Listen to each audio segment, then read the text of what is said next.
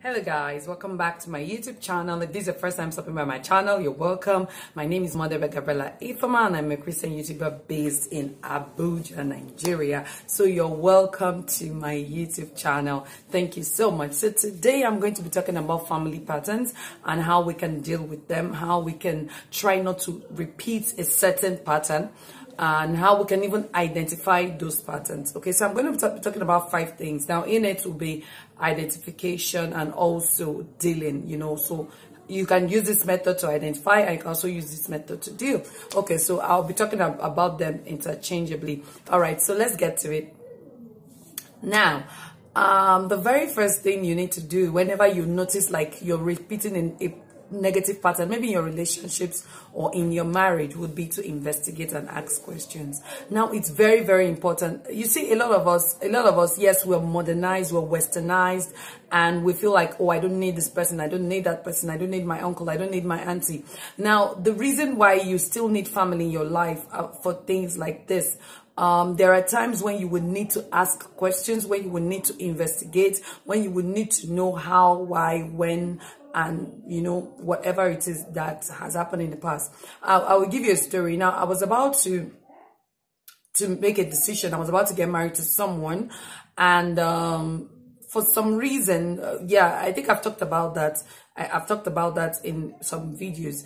And for some reasons, my dad one day came in because he was trying to tell me why they were rejecting that certain individual, or why they were saying they don't think it's the right choice. They didn't think it was the right choice for me. One of the things that stood out for me was that he went through my family pattern and told me about women like me who were focused, who knew what they wanted from life, who made marriage decisions, even though everyone was saying they don't think it was the right decision, and they still made it, and how they ended up. He told me about 3 women that are in my bloodline, different generations apart, and really, at least I know vividly about 2 of them. I know about 2, and there was even one that happened recently, so that was like the 3rd one, and there were also some that happened even before I was born. At least I met 2 of them alive. They're like my grand aunts. And when he told me that, I realized, you know what, maybe you're even trying to repeat a certain pattern, and that also helped inform my decision to leave that relationship. So basically, if you think that you're always getting stuck in your relationship, you're breaking up all the time, attracting the wrong people and all of that, you might want to check your family pattern. You might want to ask questions. You might want to investigate. You might want to know, how was it? How are the women in my place? What do they do? How do they behave? I think something is not right. I think I'm just making wrong choices. And now, when you've investigated, the next thing you would do is to definitely pray. Now, those patterns are things that are in your bloodline, but for people who have recognized it and who have realized it and who now have a personal relationship with God, the best thing for you to do now is to pray. Now, you have to pray out those patterns in your life. You have to pray and decree words over yourself that, I'm not going to repeat this pattern. I'm not going to do this. By the grace of God, I am empowered. So you're praying prayers. You're praying the right prayers. You're praying those things out of your life. You could decide to sow seeds. You could decide to, because you don't want to repeat those things. Those things happen to people, it could even be sickness, it could even be death. A lot of people have early death in their bloodline and all of that. So dealing with those things, you can't deal with them physically because they are not physical things, but there are also physical things you can do, which takes me to the 3rd point, which is that you need to check your personal decisions.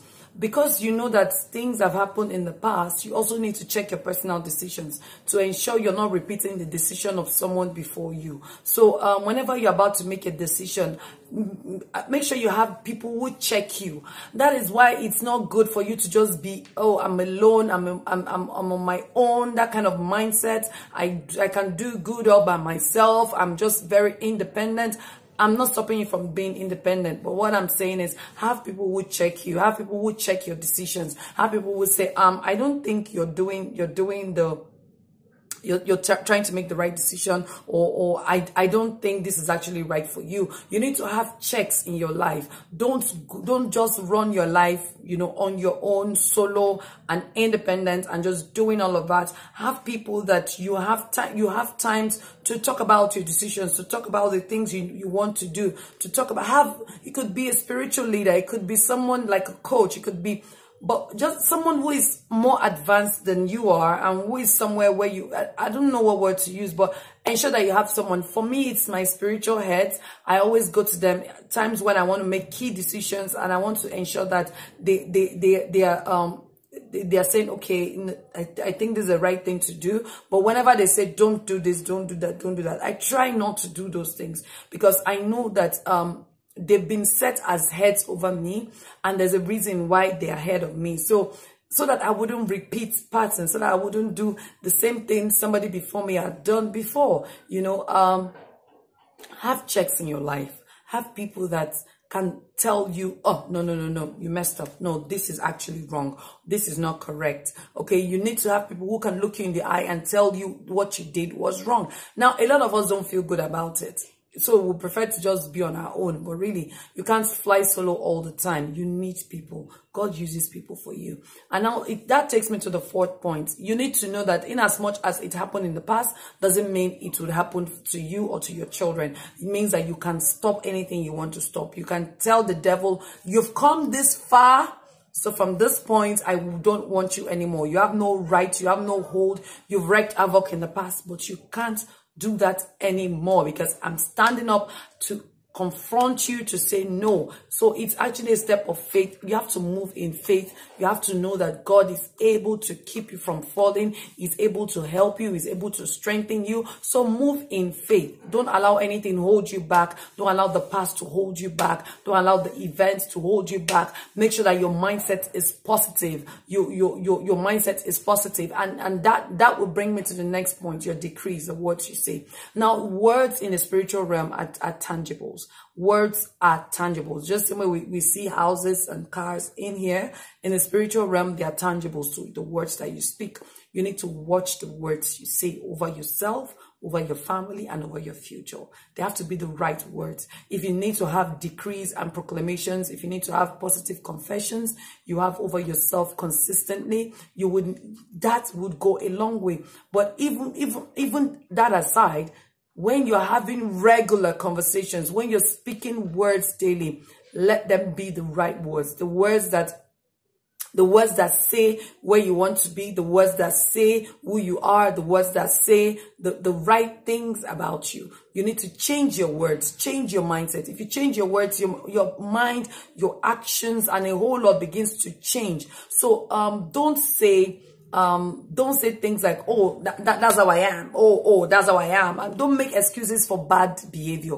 Don't always make excuses for your bad behavior. If people around you are complaining about a certain behavior, and especially people you know mean good for you, and they're like, no, I think this is a major weakness, try to work on that. Try to work on it. Don't say, oh, no, this is how I am. You need to accept me the way I am. If you don't accept me the way I am and all of that, yes, people will accept you the way you are, but maybe they are spending a lot of their time tolerating you, and anytime they have the opportunity not to be around you anymore, they would take the next flight, they would take the next bus, you know. So don't say, learning is progressive, growth is progressive. You don't know it all, so don't say, oh no, this is my temperament. Don't make excuses for your temperament. Don't say, oh, whenever I get angry I mess up a whole lot of things, or whenever I'm happy I say things I don't mean. Don't make excuses with your temperament. Yes, there are weaknesses, but that is why you need to make adjustments to make them strength. They shouldn't be weaknesses for as long as you live.